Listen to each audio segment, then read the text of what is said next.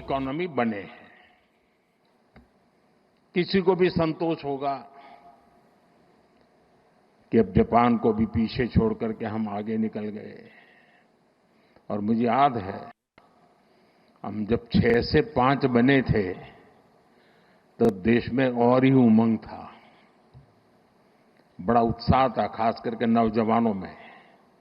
और उसका कारण ये था कि 250 साल तक जिन्होंने हम पर राज किया था ना, उस यूके को पीछे छोड़ करके हम 5 बने थे। लेकिन अब 4 बनने का आनंद जितना होना चाहिए उससे ज्यादा 3 कब बनोगे इसका दबाव बढ़ रहा है। अब देश इंतजार करने को तैयार नहीं है, और अगर कोई ने इंतजार करने के लिए कहा तो पीछे से नारा आता है, मोदी है तो मुमकिन है।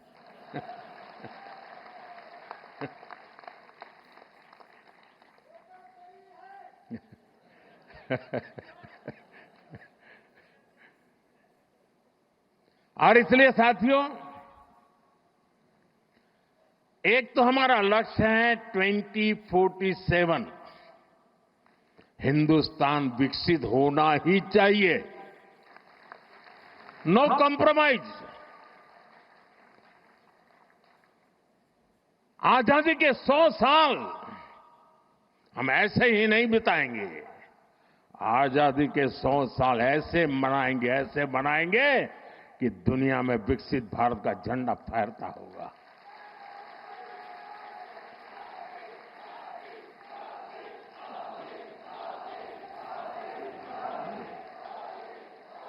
अब कल्पना कीजिए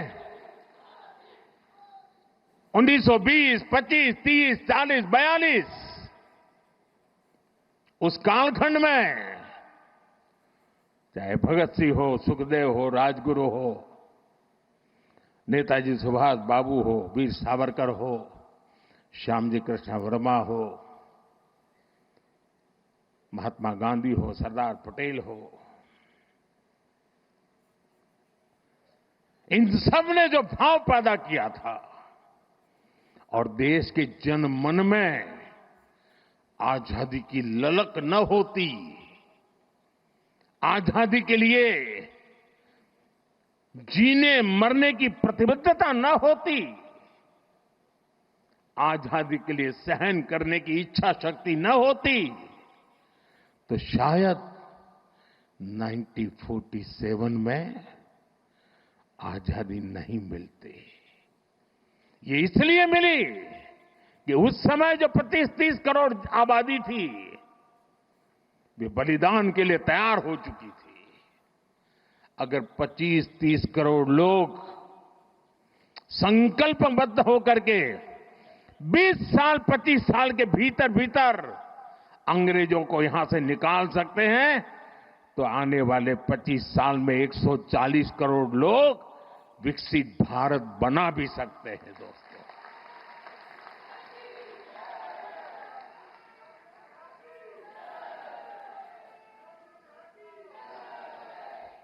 और इसलिए 2030 में जब गुजरात के 75 वर्ष होंगे, मैं समझता हूं कि हमने अभी से 30 में होंगे ना, 35 में जब गुजरात के 75 वर्ष होंगे, हमने अभी से नेक्स्ट 10 ईयर का पहले एक प्लान बनाना चाहिए कि जब गुजरात के 75 होंगे तब गुजरात यहां पहुंचेगा, उद्योग में यहां होगा, खेती में यहां होगा, शिक्षा में यहां होगा, खेलकूद में यहां होगा। हमें एक संकल्प ले लेना चाहिए। और जब गुजरात 75 का हो, उसके 1 साल के बाद जो ओलंपिक होने वाला है, देश चाहता है कि वो ओलंपिक हिंदुस्तान में हो।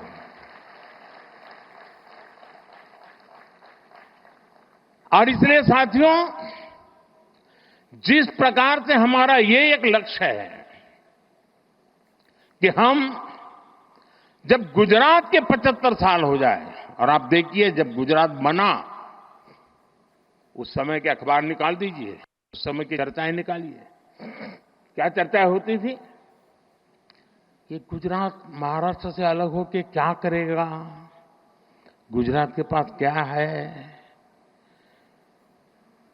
समंदर है, खारा पाट है, इधर रेगिस्तान है, उधर पाकिस्तान है, क्या करेगा, गुजरात के पास कोई मिनरल्स नहीं, गुजरात कैसे प्रगति करेगा, ये ट्रेडर हैं सारे, इधर से माल लेते हैं उधर बेचते हैं, बीच में दलाली से रोजी रोटी कमा करके गुजारा करते, क्या करेंगे, ऐसी चर्चा थी।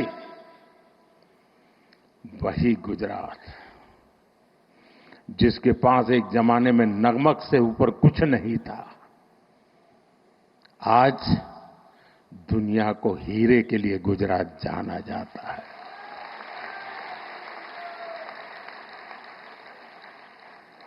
कहां नमक, कहां हीरे, ये यात्रा हमने काटी है और इसके पीछे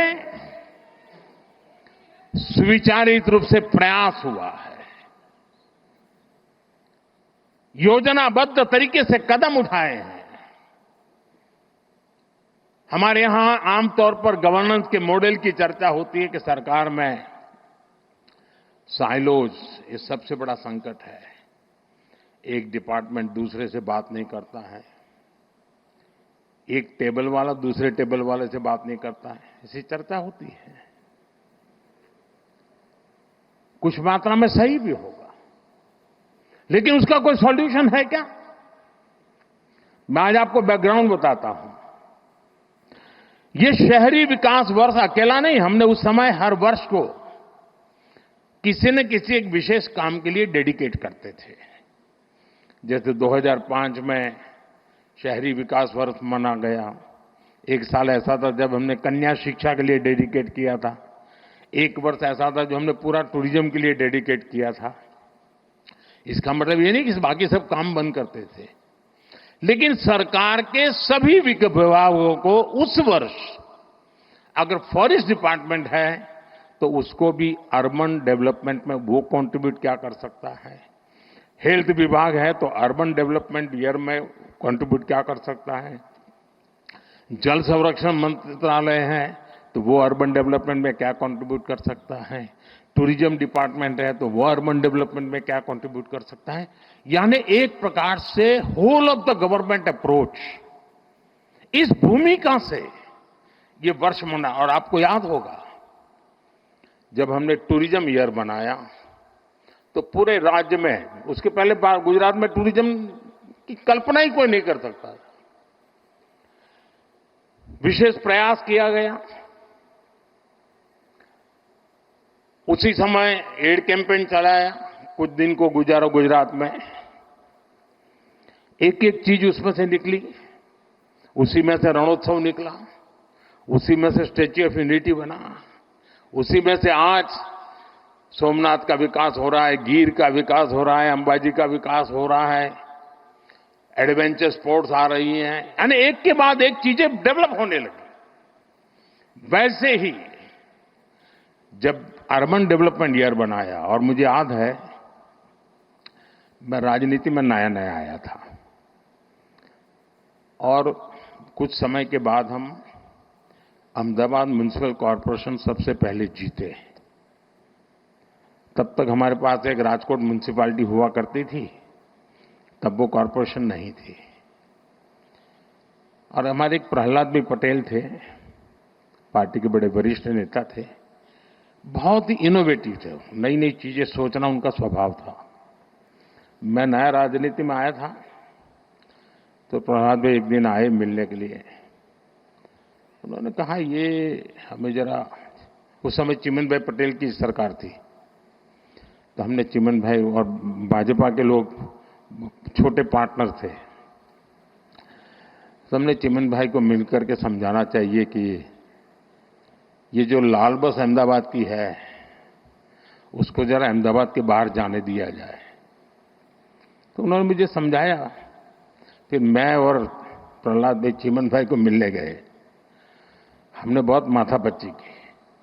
हमने कहा ये सोचने जैसा है कि ये लाल बस अहमदाबाद के बाहर गोरा, गुमा, लांभा, उधर नरोड़ा की तरफ आगे, देहगाम की तरफ, इधर कलोल की तरफ आगे, उधर साणंद की तरफ आगे, उसको जाने देना चाहिए, ट्रांसपोर्टेशन का विस्तार करना चाहिए।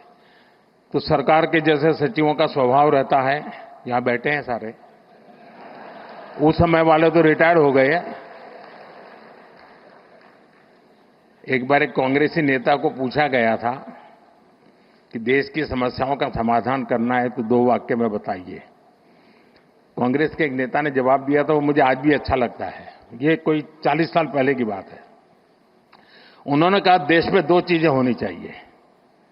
एक, पॉलिटिशियंस ना कहना सीखे और ब्यूरोक्रेट हाँ कहना सीखे। तो बोले सारी समझ होगा, पॉलिटिशियन किसी को ना नहीं कहता और ब्यूरोक्रेट किसी को हाँ नहीं कहता। तो उस समय चिमन भाई के पास गए तो उन्होंने पूछा सबसे, हम दोबारा गए, तीसरी बार गए, नहीं एसटी को नुकसान हो जाएगा, एसटी को कमाई बंद हो जाएगी, एसटी बंद पड़ जाएगी, एसटी घाटे में चल रही है, लाल बस वहां नहीं भेज सकते, मगर बहुत दिन चला। 3-4 महीने तक हमारी माथापच्ची चली। खैर हमारा दबाव इतना था कि आखिर लाल बस को लांबा, गोरा, गुमा ऐसा एक्सटेंशन मिला। उसका परिणाम है कि अहमदाबाद का विस्तार तेजी से उधर साणंद की तरफ हुआ, इधर देहगाम की तरफ हुआ, उधर कलोल की तरफ हुआ, उधर अहमदाबाद की तरफ हुआ। तो अहमदाबाद पर जो प्रेशर एकदम तेजी से बढ़ने वाला था, उसमें स्टेजीज आए, बच गए। छोटी सी बात थी। तब जाकर के, मैं तो उस समय राजनीति में नया था, मुझे कोई ज्यादा इन चीजों को मैं जानता भी नहीं था, लेकिन तब समझ में आता था कि हम तत्कालीन लाभ से ऊपर उठ करके सचमुच में राज्य की और राज्य के लोगों की भलाई के लिए हिम्मत के साथ, लंबी सोच के साथ चलेंगे तो बहुत लाभ होगा। और मुझे याद है जब अर्बन डेवलपमेंट ईयर मनाया तो पहला काम आया ये एनक्रोचमेंट हटाने का। जदि आपंक आम भिडी भल लगा तेब आम चैनल को लाइक, शेयर और सब्सक्राइब करने को जमा भी भूलु नहीं।